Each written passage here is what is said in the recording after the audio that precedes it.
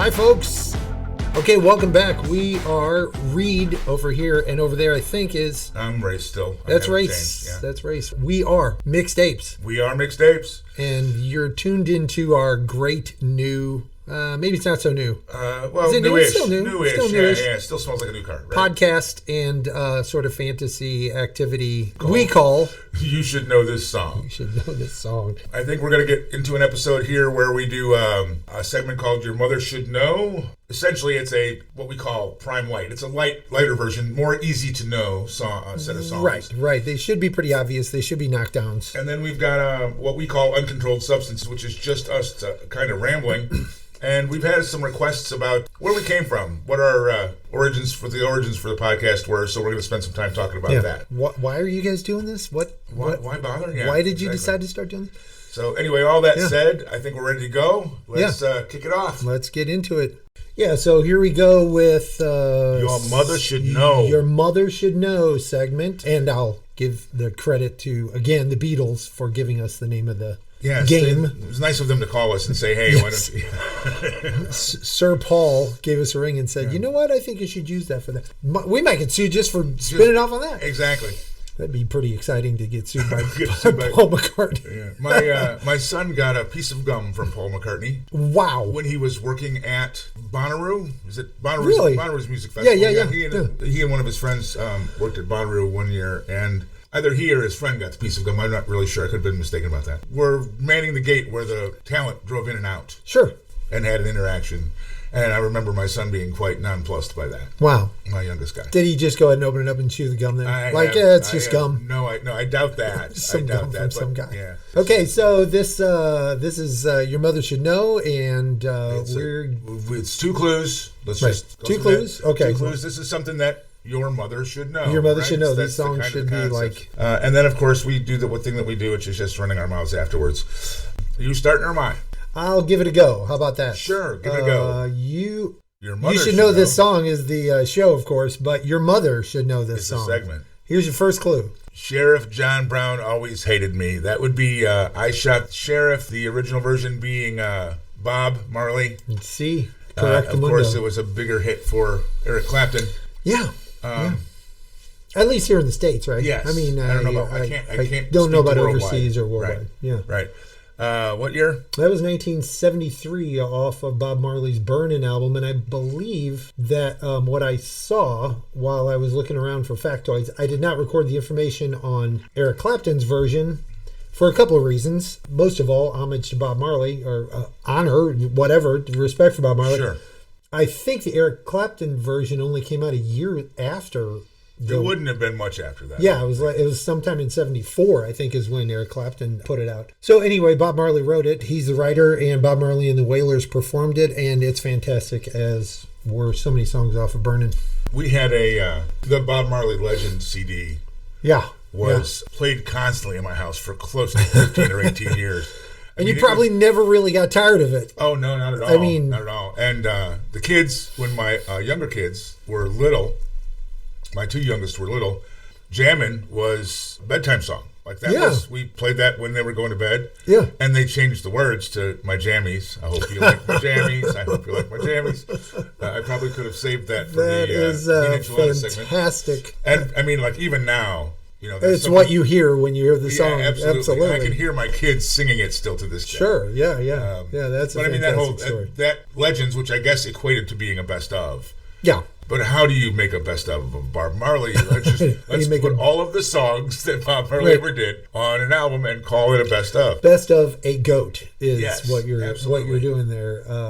I've been struck for a long time, and I don't think I can really say this about a whole lot of artists or albums, but for years it's been something that has occurred in my mind that I never got tired of hearing Bob Marley songs. It's a little bit of a weird phenomenon that I can't attribute to very many artists. There's maybe 3 for me. Yeah. Then I'm like, I don't want to hear that again. Like later that afternoon, I could hear it again, and 3 more times through a day. I could. Sure. Okay, sure, it's a Bob Marley song. And I'm not saying that these other artists are on the same level as Bob Marley is, but like Sly. There's no such thing as a bad Sly song as far as I'm concerned. I think I've said that to you before. Like Jeff Beck, there's nothing by Jeff Beck that I couldn't hear anytime. Here on, I mean, that's like the three bands on cycle, maybe bands that I could hear any of their music at any time repeated. Yeah, right. It could be a Sly, Jeff Beck, Bob Marley radio station for you. Oh, absolutely. And that's probably who's paying the DJ that lives in my house. Exactly. All right, you're up, buddy. All right, I got one for you. Your mother should know this song. When this old world starts getting me down. Yes, I do know this song. Oh, it shouldn't be that difficult. Give me another clue. Really? And people are just too much for me to face. Yeah, I can't bring the melody out of the fog. We were talking about one of the artists that recorded this in our last recording session. And people are just too much for me to face. Oh my gosh. Nope. No, huh? Yeah, what is it? I can hear it. It's Up on the Roof. Up on the Roof. By the Drifters. Yes. Written by Jerry Goffin and Carole King in 1972 when Carole King was, I don't know, 8-10 months old. Yeah. She was. Didn't she start when she was 15 or 16? She would have been a young teen, I'm pretty sure. Yeah. 1962. The reason I mentioned the other artist is James Taylor had a really pretty version of this. Yeah. Although the Drifters, and I'm sure there are 27 other versions. As a matter of fact, I think there was one in the late 60s, early 70s that was a pretty big hit for somebody. An American band. I can't tell you who they were. Was it Grand Funk? Right. American band. Yeah, I get it. And I may come up with that before we're done with this segment. But it's been recorded. I want to say Sam Cooke. Sam Cooke's name just keeps popping in my head, but I would imagine that a lot of people recorded it. I don't know. I'm not sure, but I know that there was a. The song has the sound of a song that he would have done. Absolutely, but whatever. Absolutely. What a beautiful, beautiful piece of music put together. But anyway, the whole thing is just flowing through my head now, and I'm embarrassed myself, which isn't uncommon, so I'm used to it, and I'll just move along. Thank you for that, by the way. You're welcome. I'm glad I could give you that. And for you, sir, how about Your Mother Should Know This Song? Wish you would step back from that ledge, my friend. Oh, I know this. What is that? Give me the other one. Give me the next line. We could cut ties with all the lies that you've been living in. Wish you would step back from that ledge, my friend. Man, I know this song. And if you do not want to see me again, I would understand. Go ahead and play it. It's Jumper, I Will Understand, Third Eye Blind. Oh, yeah. Yeah. I thought that one among their songs would have been ubiquitous enough that I do know it. I just couldn't pull it out. It's that disease I have of being old and stupid. Not necessarily related to each other. I am stupid and I am old. I'm not old and stupid. Separately and on their own justification. Well, I don't think you're stupid, Race. I mean, I think other things that are also derogatory. So Stephen Jenkins wrote that. 1998 was the release on Third Eye Blind's debut album. Again, an album full of hit materials and super enjoyable in its own right. A lot of cool songs in there. I use that phrase way too much, but it's true every time. So I'm not apologizing. As you should not. As I should. I'm standing my ground on that. That's right. Okay, what do you got for me? You're entitled to your opinion. You big apes. The lyric Your mother should know is, I'm in love with the girl I'm talking about. I'm in love with the girl I can't live without. There it is. Yes. You have that same disease. The melody, the beat, the voices, the song, I can hear it all. Who is the band? I can't think of the name of the song. The band is Grand Funk. Grand Funk. And that song is, I can't think of the song. Okay. The name of the song is Bad Time. As in Bad Time to Be in Love. Yeah, 1975, Mark Farner wrote it. I thought that actually was a cover for them. It wasn't. I was just going to say, wasn't that a cover? No, that's really their everything thing. That I could find, and I looked. That's their tune. Yeah, it steps out of the feel of the music that I'm most familiar with them. Right. Yes. Yeah, it's. But they had that. There was a period around. I think the album was All the Girls in the World Beware. Yeah. Which, by the way, that song has a phenomenal bass line. Boom, boom, boom, boom, boom, boom, boom. Sorry, I could do that all day. No, yeah. But anyway, that's what the show's about. Hey, squirrel. I think that was the era. They did a couple of tunes. They did the Locomotion song, which is a cover. Yeah, yeah. That was the same era. And they did a great job with it. But yeah, that's a good point to bring to mind, because that version of Locomotion too was that kind of poppy music feel. Right. But in that song, in the version of Locomotion they did, somehow or another, they still put a bunch of blues rock feel into the funk of that. Sure. And well, they are grand funk. They are grand funk. And the funk in that was grand. Okay, that's a reach. It was. But yeah, that song definitely makes me think of a cover. And I didn't remember it was Grand Funk until even after I started hearing the song in my head, I didn't remember it was Grand Funk. Mark Farner's got a real distinctive voice to me. Yeah, yeah. They did an album called We're an American Band. I know you're familiar with that. I think I might have heard of it. 73,000 times. Right. And that album was the first album that they had a fourth member. It had always been Mel Schasher and Tim Brewer and Mark Farner. And the other two besides Mark Farner, phenomenal, great drummer, great bass player. Sure. Mark Farner was the singer, and he was a pretty good guitarist. Right. He wasn't amazing like they were. And they got a kid, and he was a kid. They didn't have a kid. No. They brought in a kid. I said got, not had. I know. They brought in a kid named Craig Frost to play keyboards. Yeah. And he was really good. But the inside of the album cover, when you opened it up, was them sitting nude, but not displaying anything. Yeah, I do recall that. But nude, sitting in, there was a bunch of stuff, or musical instruments or whatever sitting around. And the three old guys, and by this time they were all, this was 1976, so they must have been around 30 at least, if not older. Right. And they were mature. They were certainly old in rock and roll. They'd done the touring, they'd been on, they'd been naked around each other. They'd been the American band. Is what I was trying to say. And they were probably on American Bandstand. Stop. They were all sitting there and looking I'm sitting here naked, look at me, who cares? Right. And Craig Frost is like crouched down, looking like, oh my God, what's going on here? Why did I get myself My mother's going to see this. Exactly. That's exactly what it looked like. It was hilarious. And every time I think of that album, I see that picture and the look on that kid's face, because he looks terrified. Right. You know? Rightfully so. Anyway. He's at the roller coaster car has just climbed to the pinnacle before the chain lets go. Yes, he's absolutely. Like, what have I done? Okay, I guess it's on to me at this point. So here comes for you. Your mother should know this song. On the Floors of Tokyo. Oh, now I am really surprised that slipped past you. Like that one I thought was going to be a lay On the Floors of Tokyo. You'll get it with this. Here's the second part. I think this will really give it to you. Down in London town's a go-go. Ooh. Are you hearing it? No. You're not getting any of it? No. Oh, that is super. I mean, I am so surprised. I don't feel apologetic for this at all, because I think you're going to shit yourself. I hope that it's Dancing with Myself, Billy Idol. Oh, okay. Yeah. I should have had that. I should have, my mother and I should have known that song. Your mother and you, I thought those lyrics would be distinct enough, you know what I mean? And heard that they would strike. You know what I mean? Yeah, that's the opening line to the song. And I just don't know what happened there. Yeah. I had that that disease that I have. Dancing with Myself, Billy Idol, written by Billy Idol and Anthony Eric James, 1981 on their Billy Idol's album. It was a band. 4 is the simple name of the album, 4. And at a time when, ridiculous shtick.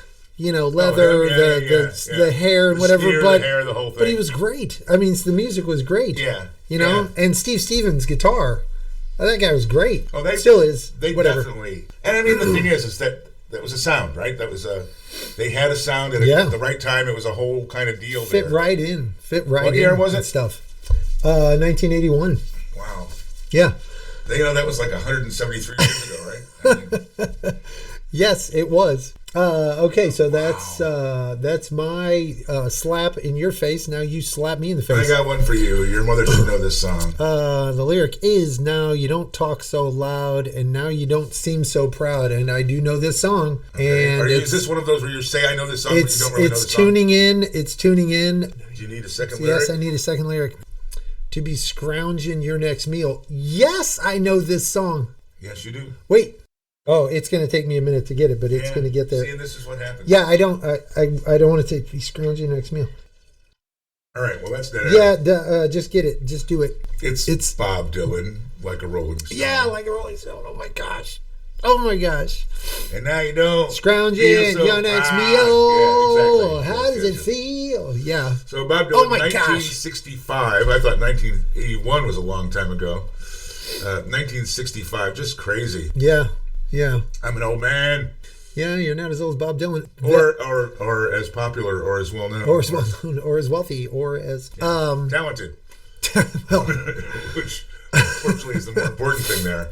Yeah, that's a good one, and I should have known it, and my mother should know it, and all that. Okay. What do you got for me? Here comes. Your mother should know this clue. Move over, Dad, because I'm a double dipper. Move over, Dad, because I'm a double dipper.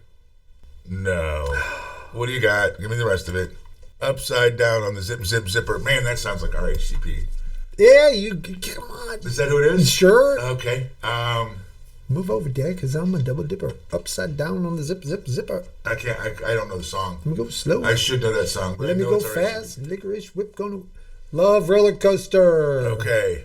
The reason we said RHCPs is because it is a more well-known cover than the Ohio Players original. Oh, okay. Although the Ohio Players did a great job with it as well. No shade on them. Ohio Players made it back in 1975, and the Red Hot Chili Peppers re-recorded it to great success in 1996, yeah.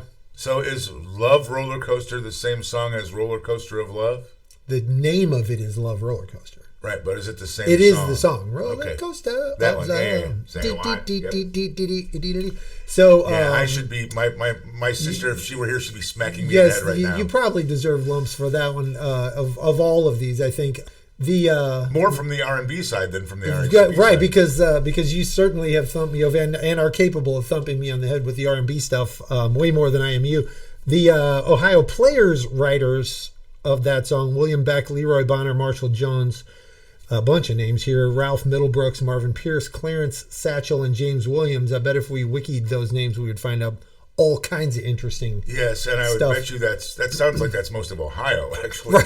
It's a significant part of Ohio. So 75, and then what was the 75, year for? The album was Honey for the Ohio Players. 96, and it was on the Beavis and Butthead Do America soundtrack for the Red Hot Chili Peppers. And what year was it? 96, you said? 96, yeah. Wow. So long ago, but nowhere near as long as we're talking about. I don't know why, but I would have said 2001 my mind would have put that 2001. So I'm not that shocked. I'm only, 6 years off, 5 years off on that. As unlike a lot of these other clues, I'm like, that was how many more years ago than I thought it was? So, yeah, we have talked about Roller Coaster of Love before on the show, Graham, and how it's probably the best cover song we know of. No. One of the best cover songs. The best cover song I know of is an RHCP cover. Yeah. It's Higher Ground. It's Higher Ground. Yeah, That's to me. Yeah. And then right behind that is Cake's I Will Survive. Oh, yeah. That's a great cover, too. So we have to do a cover song on Controlled Substance section. Sure, make a note that we'll never get back to. We're moving on.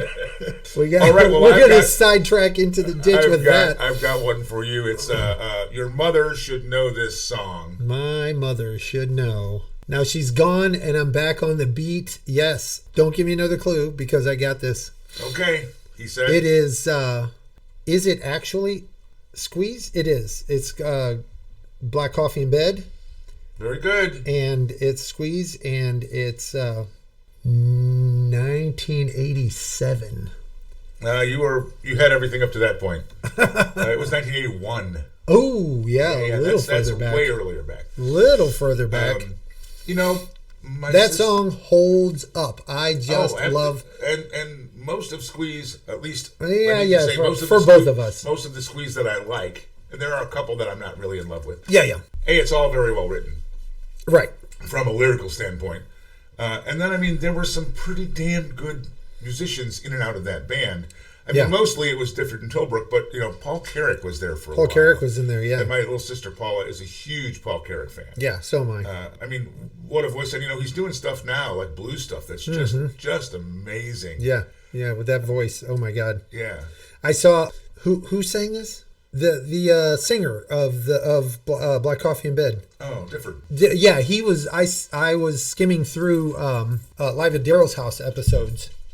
I saw that as well. Did you see that? Yeah, he did a great job. Cool. Yeah, I was a little apprehensive, like, Because, not to short him, we're all older, getting older. Yeah, but absolutely. I was like, he looks like this might be a struggle, but boy, he just banged it out. It was great. Absolutely. It was great. Yeah. I saw that. That's a great episode. And that's a show that, again, you mentioned before, there's some really cool stuff on there. Yeah. I've seen some stuff where I wasn't really interested in the artist that was visiting him. Yeah. But I haven't seen anything where it wasn't good. Well, absolutely. I mean? And the thing that struck me about it, that I was surprised, because I didn't really start checking in on Live at Daryl's House until just the past even year or so, really. But the thing that struck me right off the bat is, while he's not gathering together really current pop music artists, like the Hall & Oates straddled the pop rock thing really broadly. Like they were across channel, whatever the term there is, airplay band, and a lot of great songs. But the artists he's bringing on, there are a lot of new artists in the mix. You know what I mean? He's bringing on a lot of new artists in there, and they're doing some of their own songs, but they're doing really cool take on Hall & Oates songs and other covers too. Absolutely. So that's fun. I've never seen anything there that I didn't really.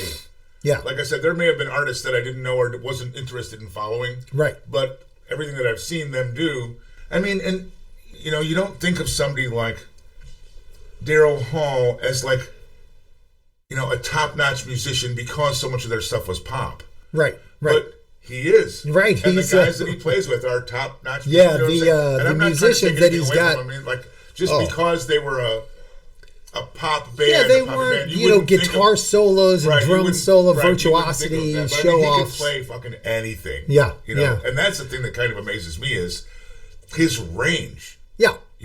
Yeah, he still sings really well. His voice is great, and he one of the other entertaining things, which doesn't pertain to the listening as much, but aside from the fact that the musicians he has in there playing with them, even when it changes up, they're all just in sync. They are on each other's channel. He is a great sort of I'm trying to think of the word, like a facilitator. I think that's a good word for it, but I would embellish it a little bit more, because it's like when you don't notice it.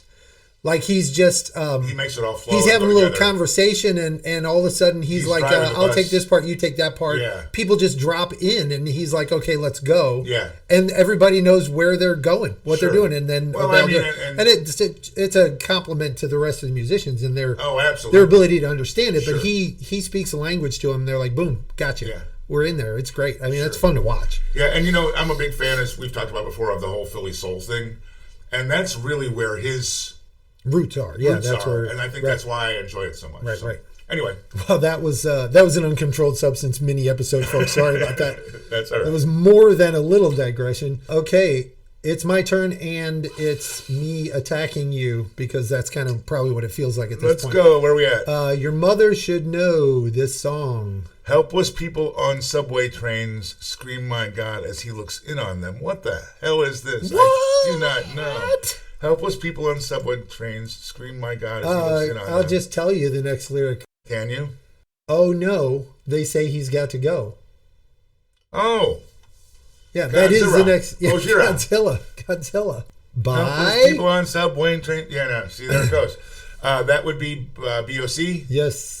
Blue Oyster Cult. I don't know the year. I'm going to say probably somewhere in the early 80s. Oh, close. 77. There you go. Yeah, yeah. We saw them, my brother and my sisters and I. It may not have been my brother, but my sisters and I saw them with Blackmore's Rainbow. Oh, yeah. When Blackmore's Rainbow, that would have been a good show. Came out. It was a great show. Yeah. And I was really impressed. I was never a big BOC fan. I mean, I knew the hits. I got to see them once, and I was really impressed with them. Exceptional live. Yeah, they were really good. And the cowbell. Can we talk about the cowbell? Sorry, if you didn't make that connection, I'm not going to make it for you. So that song was written by Donald Roser. That, again, was Blue Oyster Cult. 1977, the album Spectres. You're Up, Give Me a Shot. You got it. See how I avoided going down 3 roads with that? I cut off 2 digressions. I'm so proud of you, Reed. What self-restraint. The lyric my mother should know is... Walking down this lonely road, wondering where my life is leading, rolling on to the bitter end. I put in the rolling on to the bitter end part. That's not actually the...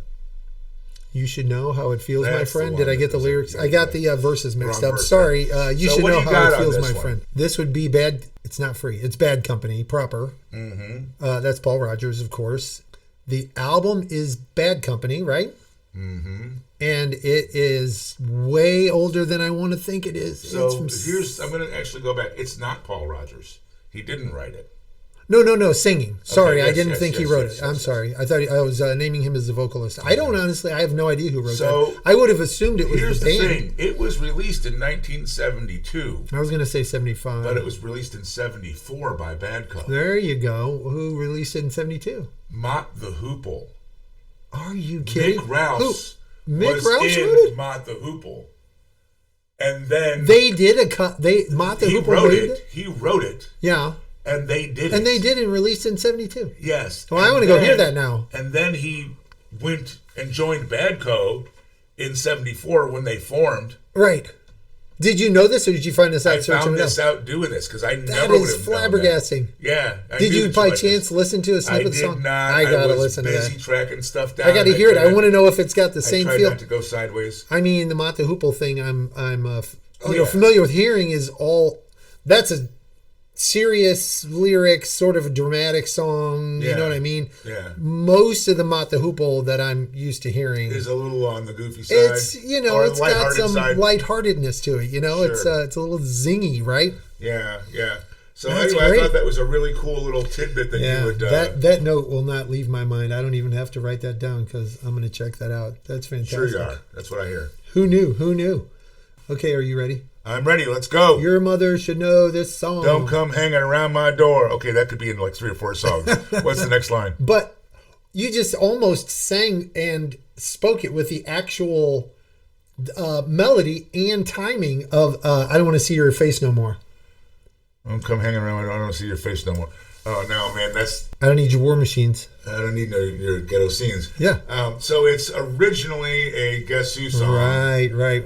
American Woman. Yes. But done by Lenny Kravitz later on. Lenny Kravitz covered it, right? Yep. It occurs to me I have a lot of covers in here that I kind of didn't do on purpose. It's over half of mine. Are you going to say we should do an episode about that? Over half of mine are covers. Yeah.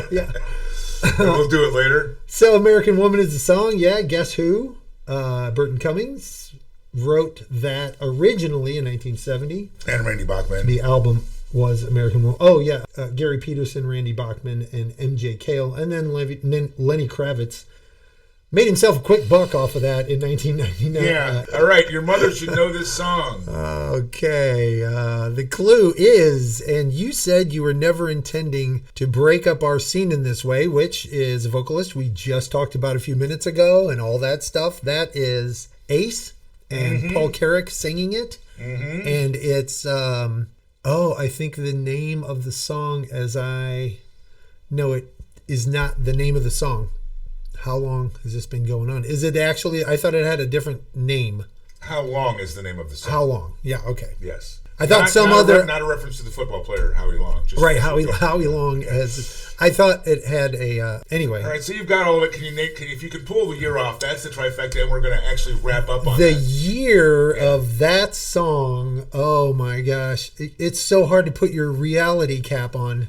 You know that part of guessing. How often do you guess the year older than it actually is? That's a clue right there. Very you don't rarely. Want it to be as old as it is. And the thing is that once it gets past the time I was 25 or so, it's all it's a blur. And there's 35 years all you're throwing a dart with a blindfold. Exactly. So I'm gonna. It could be 1980, 77.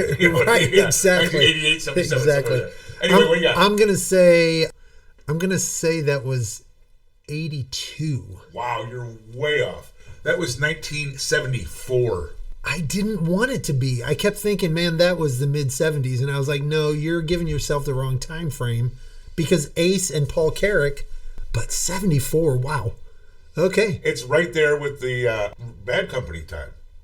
Yeah, and it doesn't seem like it. I don't know why. I always think of Paul Carrick, even though he has meandered through so many bands. Of kinds of stuff. And his own solo career, off and on a couple of times, I think.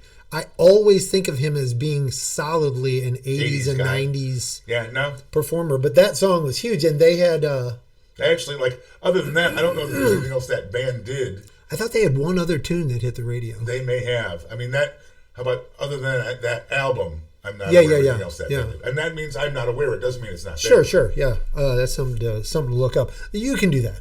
Okay, I'll do that. Sure. All right, so that brings us to the end of the segment. That's the end. Your mother should know. Your mother should know.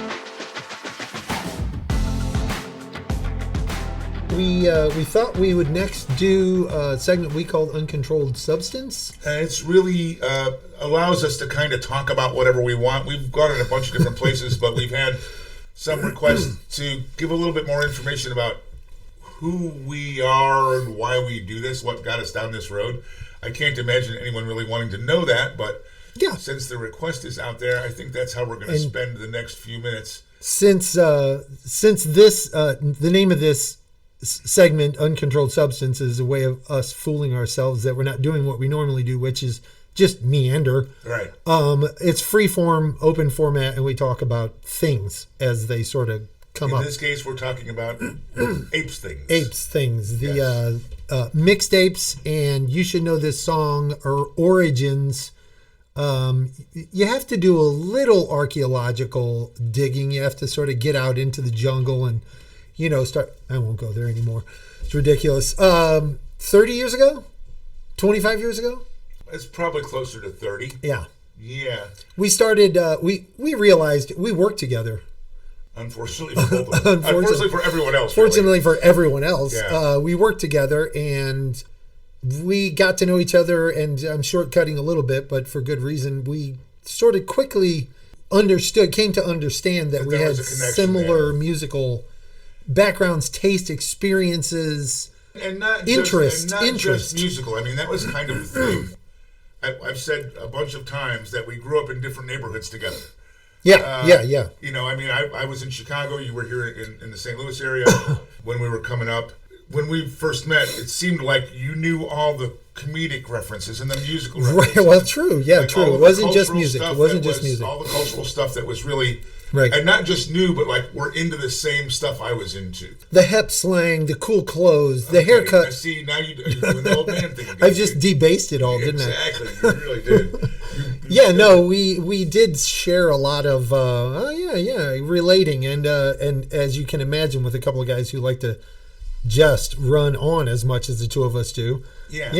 Yeah. So it started out with I think Reed sticking his head in my office at one point and quoting a line from a song from Jesus Christ Superstar. Yeah. Essentially with the intent of, by knowing me, putting a bug in my ear and making me have the song in my head all day. Right. Giving him an earbug. And it worked. It's so much fun to give people a music earbug, isn't it? I mean, excuse me, please. Whenever you get the chance to give somebody a music earbug, whether it's, being mean-spirited or whether it's because you think, I've been enjoying this song spinning around in my head for the past 45 minutes and I want somebody else to enjoy it, just do it. I mean, it's the best. That's right? just mean. That's just mean. It's great. But at any rate, over the course of years... And there's at any rate again. I'm not supposed to be saying that. At any rate. My kids will beat on me for that. Over the course of years, we spent time together hanging out outside of work and then, just sitting around and BSing about music and all this having a beer, playing pool, not just us. Exactly. Other people were involved. Primarily, it's the two of us for whatever explanation or reason. Starting it, keeping it going, so on and so forth. But I mean, and there are other folks from that time that are still in our lives. But I think the thing is that when we're talking, other people don't get to talk. I mean, that's really what it comes down to. And that's how other people kind of drifted away. It's like, God, they won't shut up. They drift in, they drift out. And are you getting that impression by listening to us right now? If you are, you're not mistaken. So over the course of time, and at any rate, I just did that to you. We went through the transition, if you will, from, exchanging a lyric drop in person, whether at the office or running around or whatever. We started the habit. We just got in the habit together of throwing a few words from a song lyric at the other person to see their eyes roll around their head and watch the smoke curl out of their ears and so forth. And it turned into a text thing, and it was a text thing for a long time. Right. When text came along, it really enabled us to annoy each other easier. Yeah, any time of day, whatever, just a few typed words. And then we would start bouncing back some of the conversational stuff in text. And that was really enjoyable. Yeah, and I think that kind of became a thing that we did more. It kind of turned into an in-person, more structure. Yeah, an in-person thing with the, let's take the conversation deeper, because that's, I think in all truth, and I can't say this for you, but in all truth, the reason for tossing the lyric was to get the conversation flowing in the first place. Yeah. I mean, I was thinking about this, and I know some cool shit about this band that I'm trying to find a way to share with you without being annoying. Trying to find a way to say, oh, let me talk to you for a minute about, which is ultimately what you wanted to do, was talk about, right? Exactly. But the surface level fun was, hey, whatever lyric from whatever song, a few words, and then watch the person agonize for a minute, and then it just naturally turned into, oh yeah, and what about, and we saw, and like you said, and like, hey, I saw that, I saw them on that tour, and the drummer ended up playing over here with this band. You know that band, the thing about them. Right. And that one guy hopped up on stage. Exactly. And it became like the stories about it. And then, of course, there's a little bit of ego or member measuring in, and I can come up with more than you can. Or, right. Who knows what? I think it's more of a getting a beat on. I mean, I don't know that I feel like I want to compete like who can best the other, but I'm interested to know. And again, it's not just you, but we have this thing going on, whatever, more openly, I guess. But I'm like, I wonder if he knows this too. I wonder if he knows this too. You know what I mean? There are some songs I'm sure as with the lyrics, even when you don't guess the lyric clue, I know you know this song. Right, exactly. Yeah. And it's doing what we want to do for the listeners anyway. A handful of those you're probably going to go listen to after we're done recording. Right. You're going to be I remember that song. I got a text from one of our listeners that said exactly that. Right. That after hearing, she went and found her favorite live album, because we've been talking about that, and went back to a specific artist or two that she, A spiffig artist. Went back to a spiffig artist. Well. That's good. That too. And then, of course, both of us have a penchant for the dad joke mentality, and that kind of... it gets way out of hand. It weaves its way in, and... you love it. You love it. You love it, and you want everyone else to love it. I know. And don't get me wrong, I enjoy it as well. But for some, like I cringe sooner than you do. The KISS. What is that called? The KISS. Keep it simple, stupid. My version of that is keep it stupid, simple. That's the way I go about it. So, and then I guess probably about 6 or 8 months ago. It was nice outside. I know that. We were here. I think we were here just having an evening, just like hanging out on the deck, drinking beer and BSing. Yeah. And again, like with the earworm, you said, maybe we could do a podcast. Right. This is a podcast. And I was like, oh my God, what are you talking? Nobody wants to listen to us. And I still believe that to be true. However... At the moment, I have to say, and I think you got pretty quickly infected with this also, my thought was about, the lyric exchange challenge, but my mind quickly started, I started to see that being able to be conveyed right away. Sure. But then my mind started going, oh, and there are other ways you could deliver that. There are other games you could do with it. Sure. I use the word games, and I wish we could find a different word. But, there are other... challenges is what they really are, right? Challenges, means by which to go about having an enjoyable way to drop a lyric or whatever, cue somebody in on a song. And I just got hooked on the whole thought of it. But we've got 5 or 6 that we do regularly.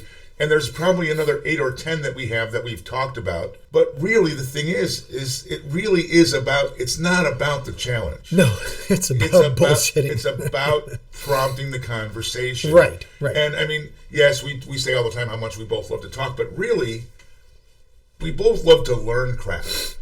And the conversation is really, I mean, yes, we both love to talk, but we also love to learn crap. And the thing is, the conversation is, like you said, wondering, where am I going with this? Where, how much did you know? Do you know about that? Oh, the little thing about the Mount the Hoople deal. Just that's ago, right? I love that.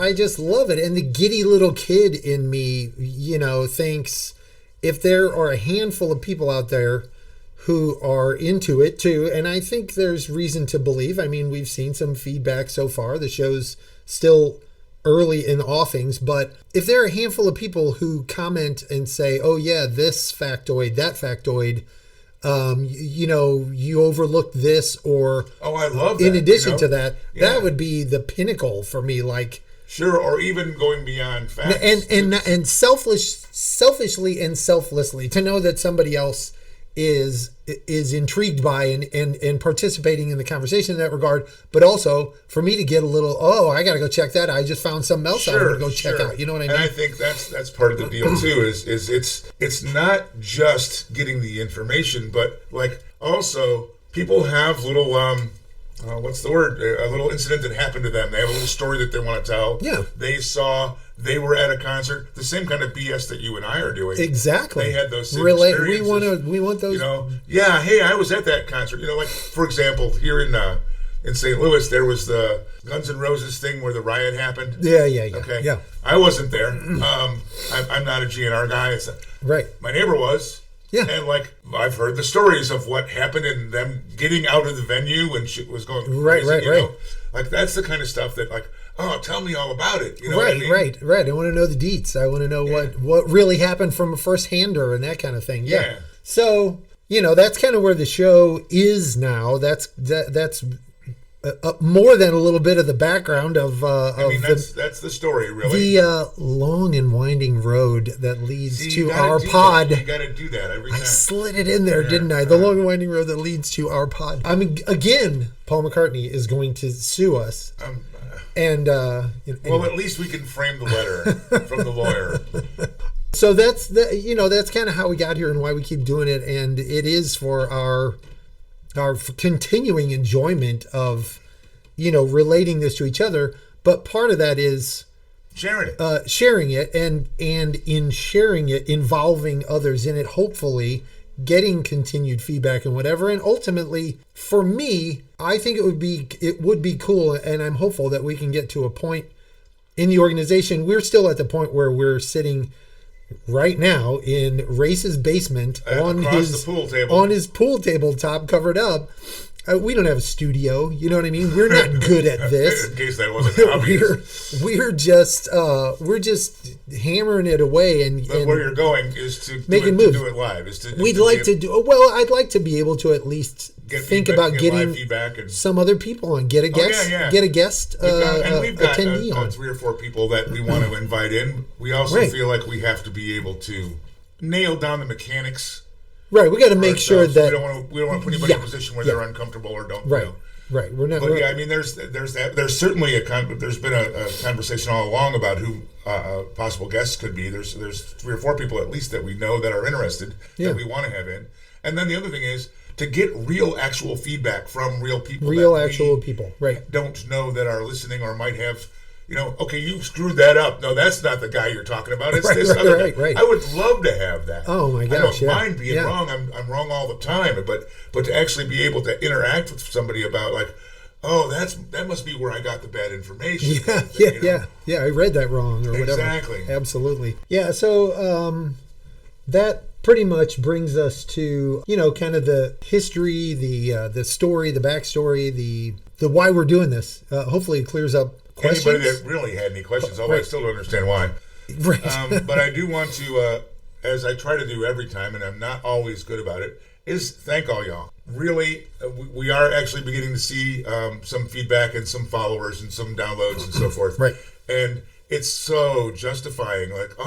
I'm not the egotistical idiot that I thought I was, and there are 2 or 3 people in the world besides Reed and my wife who can relate, who are willing to listen to me go on for a little bit. Who can relate? So I'm just having a blast. I really am. This is more fun than a barrel of apes. The barrel of apes. Thing, right? I had it in my head that you were going to say monkeys, and I was like, I hope he steers it over into the right lane. And also, thank you for, we've also seen some folks have come to the website and made a couple of notes, and thank you so much for the feedback. Yeah, and absolutely. we'd love to see as much more of that as we can get. Right. Since I said website, I'm going to say youshouldknowthissong.com is the name of the website. Easiest way to get there, youshouldknowthissong.com. Yep, and please go there and look at the donations page, the charities page. We've got a handful of really worthwhile charities that we believe in that we'd like you to kick on. Including, and I'm going to step in here, we have several very worthy charities on there, but I haven't in a couple recordings now done my blathering about Wikipedia and how important I think it is, and how important I think it is for people to support it. We openly admit, and part of the reason that I think it's important for us to say that Wikipedia should be supported is because we derive a lot of our information from the world of people who contribute to making Wikipedia what it is. Well, and it truly does appear to be, from everything that I've been able to discern, independent. There's no corporation, there's no governmental audience. It doesn't look like it's influenced in any real discernible way. Everybody is equally available for challenge there. And the spreading of knowledge is never a bad thing under any circumstances. So if you like the show, if you like what we're doing, keep in mind that a lot of the ability to put it together comes from, among other sources, us referring to things like Wikipedia. And in the broader view, Wikipedia is a huge resource for knowledge in every imaginable area there is. So, that's my spiel for Wikipedia, which I do every once in a while. I don't apologize for it. But we do have other charities on the page as well who are doing some are really cool stuff. Doing stuff with saving the music from schools that have been defunded. To there being food banks on the absolutely on the website. So check that out. There's also there's a blog. You can get to the episodes on there. We got information about the different games. Not only that are currently going on, but we'll be posting as we roll out new games. We've got more in the works to roll out. Challenges, not games, challenges. Yeah. And different ideas. So there's a bunch of information on the website too. Anyway, thank you for being here. Said, thank you very much. You should know this song. MixedApez. We are MixedApez. And we are going to let you go now. Thanks very much for listening. Have a good one. Thank you.